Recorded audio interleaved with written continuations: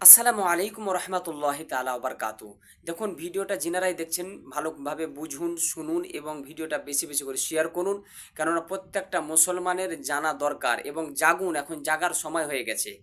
জাগুন এবং ময়দানে নামুন এবং বেশি বেশি করে আন্দোলন করুন। কিসের ব্যাপারে? ওয়াকাফ বিল, যেটা কিছুদিন আগে আপনার বিল পাস করা হয়েছে, যে ওয়াকাফের যে সম্পত্তি, এগুলো হচ্ছে আল্লাহর মাল। এর এইগুলোর উপরে কবজা করার চেষ্টা করছে, মুসলমানকে কমজোরি করার চেষ্টা করছে। তো আপনি মনে করছেন আমার ক্ষতি হবে না, এটা ভুল কথা। জাগার সময় হয়ে গেছে, জাগুন।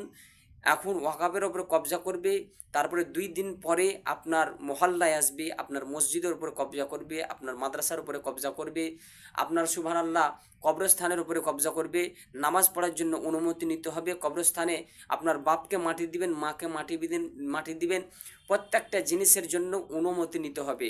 অতএব জাগুন, জাগার সময় হয়ে গেছে।